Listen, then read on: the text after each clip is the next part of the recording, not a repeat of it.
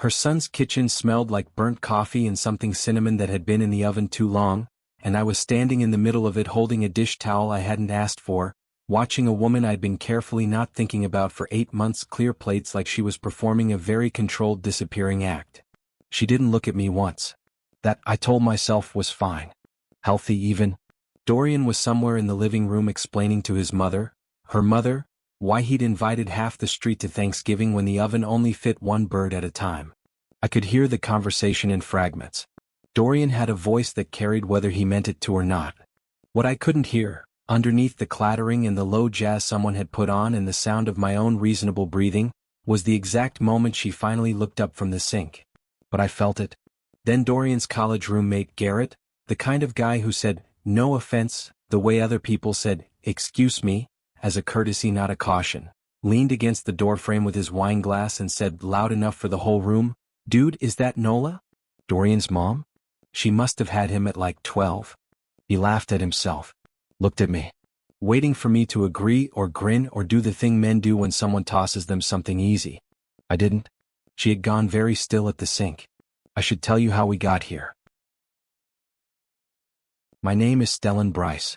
I'm 36 years old and I manage the operations floor at a mid-sized logistics company called Harrow and Fell, which means I spend most of my professional life making sure that packages get from one place to another without anyone crying about it. It is not glamorous.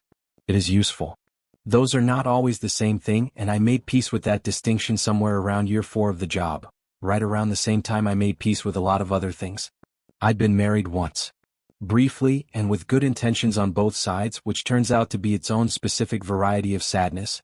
Not the kind where you have someone to blame, just the kind where two people look at each other one morning and understand, without either of them saying it, that they had wanted different lives.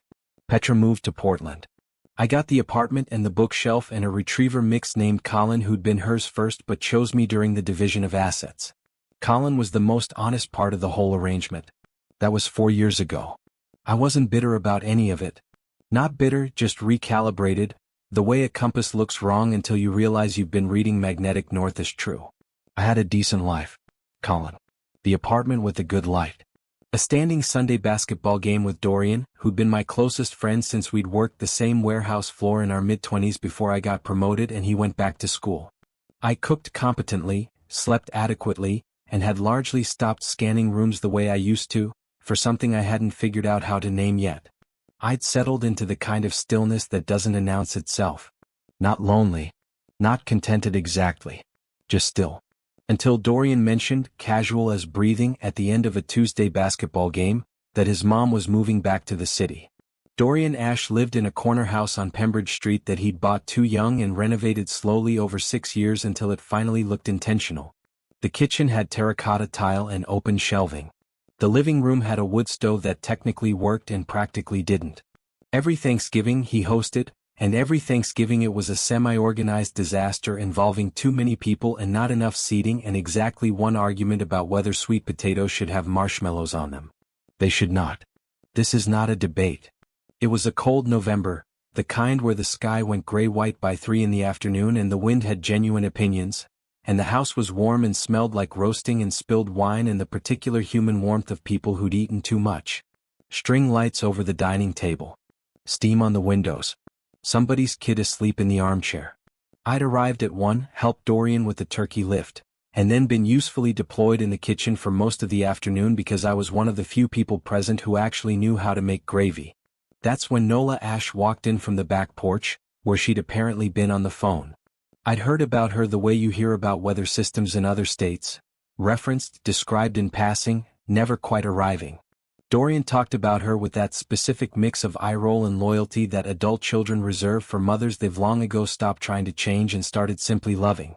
She was 52. She'd raised Dorian mostly alone after his father left when Dorian was 9.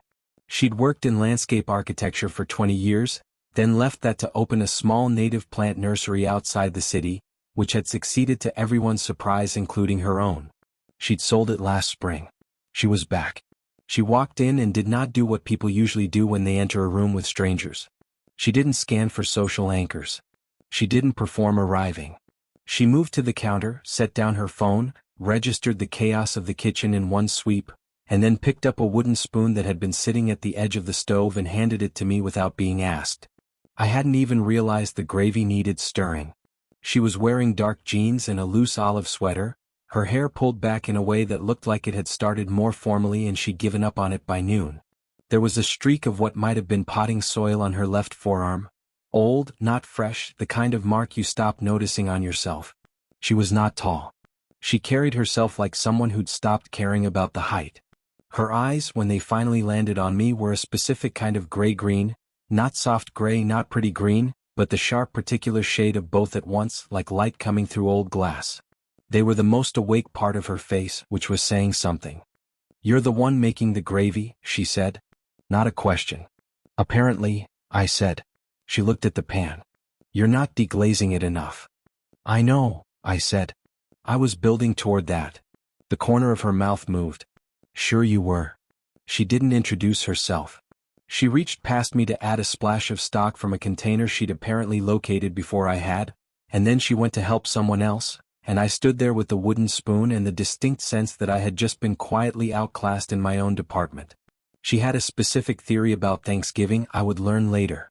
She believed the day was structurally designed to reward the people who worked the kitchen and give the living room crowd false credit. She brought this up with the tone of someone who had long since stopped expecting justice on the matter, only acknowledgement. That landed. "So, Garrett. Doorframe. Wine glass." The question hanging in the air.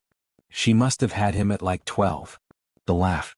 The look at me, expectant, co-conspirator easy. Nola had gone still at the sink.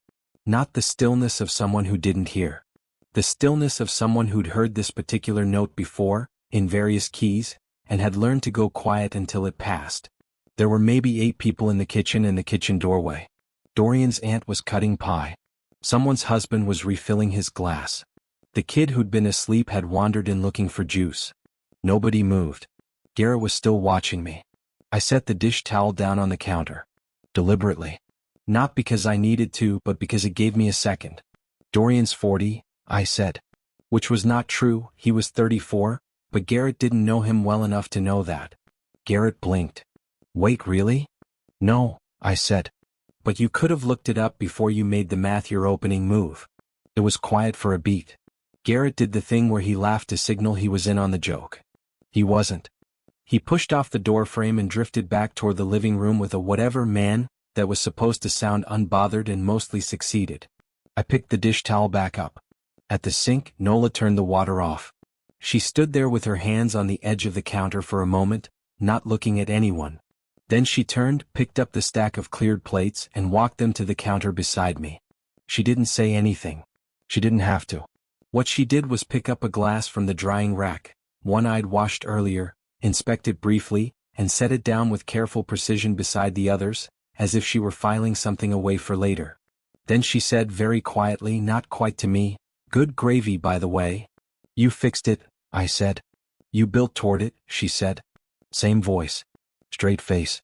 And there was the corner of the mouth again, barely there, gone before it fully arrived. I was not sure what that was. Dorian materialized from the living room at exactly this moment, which was either good timing or terrible timing, and I would not decide which until later. He clapped me on the shoulder and said, "Bro, the cornbread," with the urgency of a man who just remembered something structurally important about his evening, and I was redirected. But later, when everyone had moved to the living room and the kitchen was empty except for me finishing the dishes, I'd volunteered. Colin wasn't waiting up. She came back in to get her phone from the counter. She stopped when she saw me. "You don't have to do those," she said. "I know," I said. She picked up her phone. Looked at it. Set it back down. "Dorian talks about you," she said. "Stellan. The one from the warehouse." "Former warehouse," I said. "I've moved up in the world. I manage logistics for packages now instead of moving them." "That's moving up?" "Marginally," I said. "I have a parking spot." She laughed then, a real one, short and surprised, like she hadn't meant to. Something in my chest noted the sound and filed it somewhere I didn't look at directly. Not a big moment. Just a shift. The kind you don't identify until later when you're trying to explain how it started, and you realize it had already started. If you're the kind of person who finds these slow build stories, you already know what's coming. If this one is landing differently, If something about the way she handed him that spoon felt specific and true, leave a like. It helps more than you think and it means I keep making them. It did not happen quickly. I want to be clear about that. I am a man who is constitutionally opposed to rushing things that should be slow, and this, whatever this was, moved the way rivers move in winter. Not stopped, not dramatic, just steady and cold and inevitable in a way you don't fully appreciate until you look back at how far you've come. Dorian, for reasons that were either oblivious or deeply calculated and I have never been able to settle, which began inviting both of us to things at the same time. Sunday basketball, which Nola attended once and did not play but sat on the sideline with a coffee and a book and occasionally looked up to make a face at Dorian's footwork. I know because I was watching for it. I was not watching for it on purpose. His birthday dinner in January, a small thing at a Thai place on Fenwick Street where the tables were too close together and the lighting was dim enough that you had to lean in to see the menu. I sat across from her. She ordered the thing nobody else would touch, some fish dish that the waiter had warned about twice, and ate it with complete serenity while the rest of us made mild faces. When I asked her how it was, she said, "Exactly as strange as I wanted." I thought about that for several days afterward, which I did not announce to anyone. We started texting. This happened because Dorian added us both to a group chat called Pemmybridge Kitchen Crew, that consisted entirely of him sending photos of dishes he'd burned and asking for damage control. She would reply first, usually with a specific technical correction. I would reply second, usually with a comment about the photo quality. After a while we started texting separately, which neither of us acknowledged as a new development. It was just, at some point, a thing that existed. Her texts were precise. She didn't use filler words. She sent observations like dispatches, a photo of a plant she'd found at a market with a 2-word caption, "Wrong season," a question out of nowhere about whether I'd ever driven through the Sierra Nevada in October, snow comes early, a note one Thursday that said only, "Dorian burned the lentils again. I think he's doing it on purpose." I replied, "He's been doing it on purpose since 2014. He doesn't want to cook. He wants credit for trying." She replied, "I raised him for 18 years and didn't figure that out." I replied, "You were too close to it." She replied after a pause, "Yes." That one landed different. I put my phone down and stared at the ceiling for a moment. Colin lifted his head from the floor, looked at me with his specific expression of professional concern, and then put his head back down. There was an evening in February. Dorian had organized what he called a casual dinner, that was actually 8 people and a carefully composed charcuterie board, and he'd asked me to come early to help set up, and Nola was already there when I arrived because apparently she'd come even earlier to drop off a lemon cake she'd made and then been conscripted into staying. Dorian disappeared to get more wine approximately 7 minutes after I walked in, leaving the two of us alone in the kitchen with very little pretense remaining about why we were both there. "He does this," she said. "He does," I agreed. "He thinks he's subtle," she said. "He's not," I said. "No." Pause. She was arranging crackers on a board with the focus of someone who needed something to do with her hands.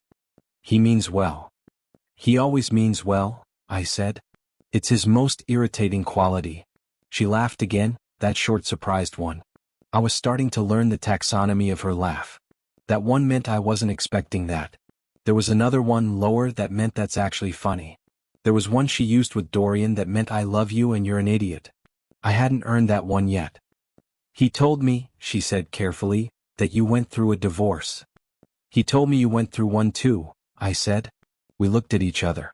"I see," she said. "He's consistent," I said. She put a cracker down with more precision than crackers require. "Mine was 15 years ago. Dorian was 9. It was necessary. Not good but necessary." "Mine was 4 years ago," I said. "It was mutual and quiet and we're both probably better for it and I still think about it sometimes in the way you think about a road you almost took." She looked at me then, fully the way she didn't always. That sharp gray-green. "That's the most honest thing anyone said to me about their divorce," she said. "I've had time to edit it," I said. "Most people don't bother," she said. "Most people would rather be interesting than accurate," I said. Something shifted in her face. Not a big thing. A specific thing. Like a door that hadn't been all the way closed moving slightly in a breeze. Dorian returned with the wine at exactly this moment. He looked between us with the expression of a man who had created a situation and was trying not to look like he'd created a situation. He failed. "Great," he said to no one in particular. "The crackers look great." March. She had started coming to Sunday basketball again, not every week but enough that the group had quietly absorbed her. She brought coffee for whoever wanted it, she sat with her book, and occasionally she made pointed comments about defensive strategy that were invariably correct. Dorian's friend Prisha had started sitting with her on the sideline. I gathered they'd started talking about native plants. One Sunday in mid-March it started raining while we were mid-game. Not a drizzle, a proper downpour, the kind that arrives without consultation and turns the park into a swamp inside of 90 seconds. Everyone scattered to cars. I ended up under the overhang of the park's equipment shed, and so did she, and there was a distinct comedy to the situation that did not prevent me from noticing that the rain had caught her off guard and there was a specific curl of dark hair at her temple that had escaped whatever she'd done this morning and was doing its own thing now, wet and uncoordinated, and she was trying to contain it with the resigned focus of someone who'd been managing this particular situation for decades. "That's a losing battle," I said. "Noted," she said. "Very helpful." "I'm not known for helpful," I said. "I'm known for accurate." She gave up on the curl. Looked out at the rain. "You know," she said conversationally, "I used to hate rain when Dorian was small. It meant keeping him inside, which meant keeping him entertained, which meant either cartoons or homework, and he hated both. I spent years resenting it. And now," I said. "Now I find it useful," she said. "For what?" "Canceling things I didn't want to attend anyway," she said, very dry. I laughed. Properly, not politely. She looked at me with a slight expression of assessment, like she was clocking something. "You don't laugh like that usually," she said. "Like what?" I said. "Full volume," she said. I didn't have an answer for that. My hand tightened slightly around the basketball, which I'd been holding for no real reason since I ducked under the overhang. She turned back to the rain. "I didn't mean that as a critique," she said after a moment. "I know," I said. "I meant," she stopped. Started again. "It's a good laugh. It just doesn't come out often enough, I think." That hit harder. I looked at the rain and did not say anything for a moment. "That's more information than I was prepared to receive on a Tuesday," I said. "It's Sunday," she said. Emotionally, I said, "It's a Tuesday." She laughed, the low one, the real one. And then Dorian's car pulled up to the curb, horn honking, and the moment dissolved the way they do. Completely with no evidence, leaving only the fact of its having been there. A Saturday. Dorian had a plumbing crisis and called me to help, and I came and spent 3 hours under his kitchen sink with a wrench and an increasingly philosophical relationship with the concept of DIY. Nola was there because she'd been dropping off plants. She'd started doing container gardens for Dorian's porch, which was either generosity or ongoing inability to stop working with dirt, probably both. She sat on the kitchen floor at some point, leaning against the cabinet beside the sink, because the stool was occupied by pipes and rags, and talked to me while I worked. This was somehow the most comfortable I'd been in years, lying on my back under a sink, having a conversation with a woman whose voice I could hear but whose face I was mostly not looking at, which maybe made it easier. We talked about Colin, whom she'd met twice now and had a measured, practical affection for. We talked about her nursery, what it had been like to build and then let go of. We talked about the difference between quitting something and completing it, and whether those were actually different. "I think completion requires intention," she said. "Quitting can happen to you. Completion is something you do." "So selling it was completion," I said. "I decided to stop," she said, "rather than it stopping me. Eventually. It took a while to get there." "What helped?" I said. Pause. "Honestly? Someone pointing out that I was waiting for the nursery to tell me when to leave, instead of deciding it myself." "Smart someone," I said. "I said that to myself," she said. "In a notebook. At 2 in the morning. Alone. A beat. So, medium smart." I laughed. The wrench slipped. She handed me a rag without being asked. "You have good instincts for what people need," I said once I'd regained my composure and the pipe situation. "I spent 18 years being the only adult in a house with a child," she said. "You learn to anticipate." "He was lucky," I said. She was quiet for a moment. "So was I," she said. "I know people think, Because Elliot left when Dorian was 9, because it was hard, because I've mostly been on my own since.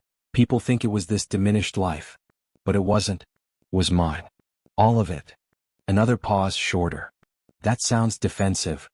It doesn't, I said. It sounds true. Something shifted again. That door further open now. I could feel it even from under the sink.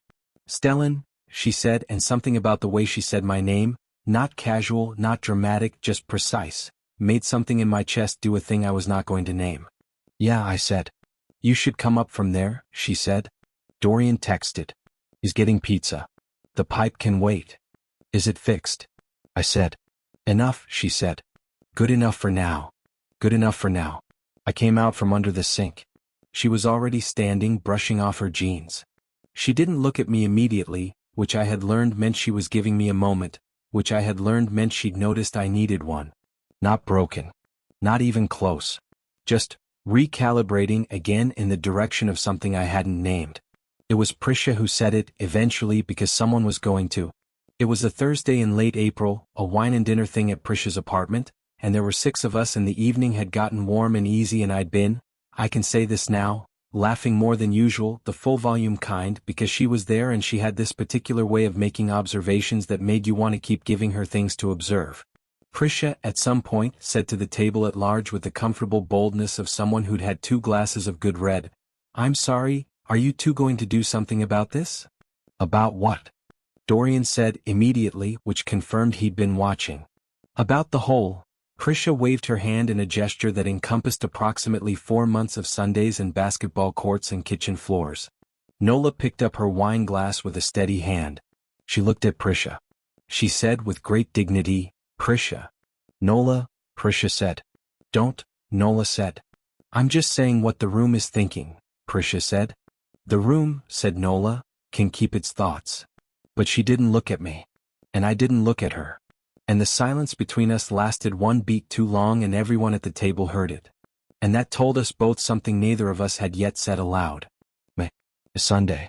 I'd come over to drop off a plant she'd ordered that had been delivered to my address by mistake. Long story, mutual Amazon account Dorian had set up for a brief period and never closed, and Dorian was not home. She answered the door. Looked at the plant. Looked at me. He's not here, she said. I know, I said. I'm dropping off a plant. She opened the door wider. I came in. She put the plant on the kitchen table and examined it, turning it in her hands. It was a small thing, some native fern she'd been waiting for. She was very careful with it, the way she was careful with things she wanted. You drove it over, she said. It could have waited. It's a plant, I said. I didn't want it sitting in the car. She looked up from it. At me.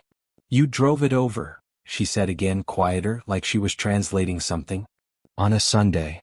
I set my keys on the counter. Not dramatically. Just something to do with my hands. Nola, I said.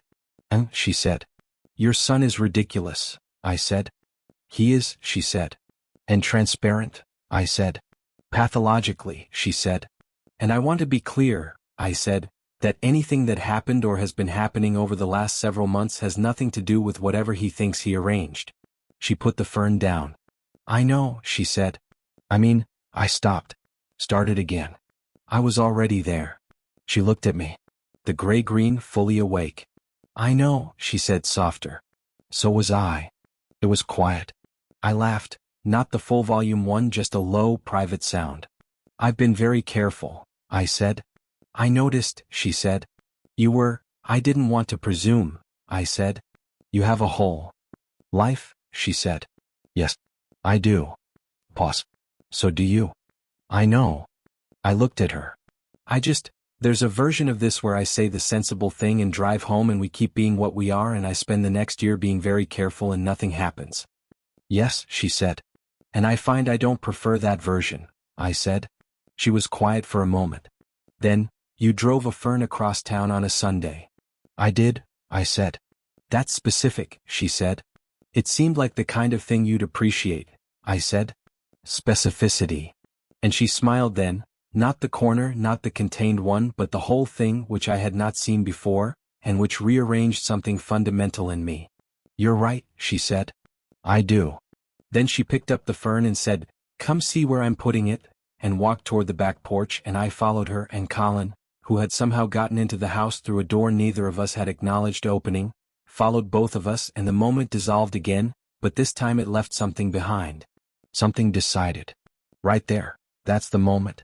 If you feel that, subscribe and stay. I make these stories because this feeling exists and deserves to be named. June. The fence between her temporary rental and Dorian's backyard had a gate that had been stiff all spring. Dorian kept saying he'd fix it. He didn't. So she'd started using the front door when she came over.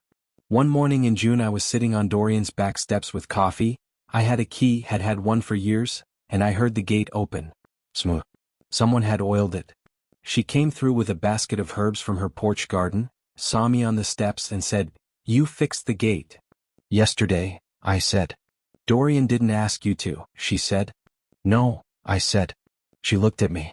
"Thank you," she said, and walked past me into the kitchen with the herbs, and I sat there with my coffee and the specific satisfaction of a small thing done. She forgot her lunch that Tuesday. I knew because she'd mentioned the previous Sunday that she had a long consultation on Tuesday, a landscape project, her first serious one since selling the nursery, someone's large backyard she was redesigning, and she'd be there all day, and I texted at noon to ask how it was going and she said, "Fine." Forgot to eat. There are gravel decisions to make and I cannot overstate how much I resent this particular client's obsession with gravel. I drove her a sandwich. From the good place on Clement Street that she'd mentioned once for months ago, in a context I should not have remembered but did. I didn't stay. I handed it through the window of her car, she'd come out to meet me, and said, "Gravel is the enemy of good design," and drove away. She texted me an hour later, it was the right sandwich. Not dramatic. Not cinematic. Just, the right sandwich. We were not officially anything for another 6 weeks after the fern. We were present. Choosing it without saying so. She started leaving a coffee mug at my apartment the way people leave things. Deliberately, without announcement. I had plants on my windowsill by July. Colin had not destroyed them, which he usually did, which I chose to interpret as approval. Dorian figured it out when he came over one evening and found us on my couch, her with her feet tucked under her reading a book, me with a report I was pretending to care about, Colin between us in a diplomatic sprawl. Dorian stood in the doorway for a moment. "Finally," he said. "Dorian," she said without looking up from her book. "Mom," he said. "You are never to say anything about this," she said. "Not one word. Not to anyone. You absolutely arranged this and you're not allowed to take credit." "I would never," he said, transparently delighted. "You absolutely would," I said. "And you won't." He went to the kitchen to get himself a glass of water, whistling. He was terrible at whistling. He'd always been terrible at it. She turned a page. I looked at my report. Colin sighed with the deep exhaustion of someone surrounded by people who had finally done the obvious thing. And that was the moment, the real one, the quiet yes. Not a speech. Not a scene. Just the ordinary weight of a Tuesday evening with a dog between two people who had decided, without ceremony, to stop being careful. One evening in late July she told me about the night Elliot left. She'd been 9 years with him and he'd left in the space of a single Tuesday, and she'd sat in the kitchen after Dorian fell asleep and thought, "I am going to have to be extraordinary now because ordinary won't be enough." And then she'd made a cup of tea and gone to bed and started the next morning and been, in fact, extraordinary, not in the cinematic sense but in the daily one, the kind that doesn't have an audience. "I didn't tell Dorian any of that until he was 25, she said. "He cried." "He does that," I said. "He gets it from his father," she said. "You never cry?" I said. Pause. "I cry at the wrong things," she said. "Plants dying. Good sentences in bad books. The particular quality of light in October. Those aren't the wrong things," I said. She looked at me. "The October light." "No," she said softly. "Maybe not." I reached over and took her hand. Not dramatically. Just took it and held it and she let me, and we sat there in the middle of that ordinary evening and I felt, very clearly, like I had arrived somewhere I had been walking toward for a long time without knowing the address. Not broken. Not bitter. Not even still. Finally, specifically, somewhere. 1 year. She kept a small notebook on her kitchen table where she wrote observations about things she saw. Plants, mostly, the progress of things, the specific dates of first flowers, first frost, what survived and what didn't. I found her writing in it one November morning while she made tea and I stood there in her kitchen, our kitchen increasingly, and I said, "Can I read one?" She didn't look up. August 4th, she said. Third page. I found it. August 4th. The fern from the window is doing something. Not blooming, ferns don't bloom. But it's doing something. Putting out new growth in the part that faces the room rather than the light. Seems significant. Probably isn't. So. I set the notebook down. I notice you didn't throw it out, I said. The fern. It's doing something, she said. 2 years. We drove up to the coast for 4 days in September, her and me and Colin, who spent the entire drive with his head out the window and his expression of pure theological certainty. We stayed at a small place outside of Bodega Bay where the wind had opinions and the coffee was terrible and the view was the kind that made you understand why people wrote poetry they'd regret. She woke up early every morning and sat on the back porch with her notebook. I got up eventually and brought coffee and sat next to her without talking, and we watched the water change colors, and Colin chased birds he was never going to catch with the committed optimism of someone who has never seriously examined his own limitations. On the third morning she said, "I've been thinking about the garden business." "Starting again?" I said. "Differently," she said. "Smaller. Mine this time. Not built to sell."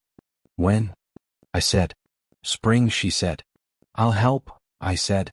She looked at me. "The October light. September light, technically. Same quality." "You don't know anything about plants," she said. "I know more than I did," I said. She laughed. "The low real one." "You really do," she said. And she leaned against me and the water changed, and Colin sat down next to us with the satisfied air of a dog who has exactly the life he intended. 3 years and some months. It was a January evening and we were in the kitchen. Mine, which was hers now in all the ways that mattered, Colin's dog bed visible in the corner, and she was doing something with a new plant she'd gotten for the business, repotting it onto newspaper spread across the table, and I was making dinner, and the radio was doing something quiet and jazz adjacent. She was talking about the new project, a school she was designing, a pollinator garden for third graders who would plant it themselves, her genuine enthusiasm for this breaking through the practical way she discussed it, and I was listening with the specific attention I had for the things she loved, which was every variety of the way things grew and the way things were named and the particular theories she had about soil. I set the spoon down. Turned around. "Hey," I said. She looked up from the roots. "I want to ask you something," I said. She waited. She was patient like that, had always been. She let things arrive. "You told me once," I said, "about making a cup of tea and starting the next morning. After Elliot. Just deciding to start." "Yes," she said. "I want to start every morning with you," I said. "I want that to be the decision. For the rest of them." She looked at me across the kitchen with dirt on her hands and the radio doing its quiet thing and Colin asleep under the table, and her eyes went the full gray-green, that sharp awake color. "That's not a traditional proposal," she said. "No," I said. "It's specific," she said. "I thought you'd appreciate that," I said. She stood up, walked around the table, stopped in front of me, looked at me for a long moment. "Yes," she said. "Obviously yes." I exhaled. She laughed, the full one this time, the one she only gave when something delighted her absolutely, and she put her dirty hands on either side of my face and kissed me, and Colin woke up and came to investigate and she pulled back and said, "He has mud on him again," and I said, "He always has mud on him," and she said, "Your fault, your dog," and I said, "Our dog," and she said, "Don't push it," and I kissed her again. The story, as Dorian tells it, with great feeling at every available dinner party, is that he masterminded the entire thing, start to finish, with careful and expert precision. The story, as Nola and I tell it, goes like this. How did you two meet? He drove a fern across town on a Sunday. That's not an explanation. It is if you were there. What would you have done if someone's mother looked at you and said, "So you're the reason she never dates anyone?" And have you ever had that feeling of arriving somewhere you'd been walking toward for years without knowing the address? Tell me your story in the comments. If you like this one, leave a like, subscribe, and I'll see you in the next video.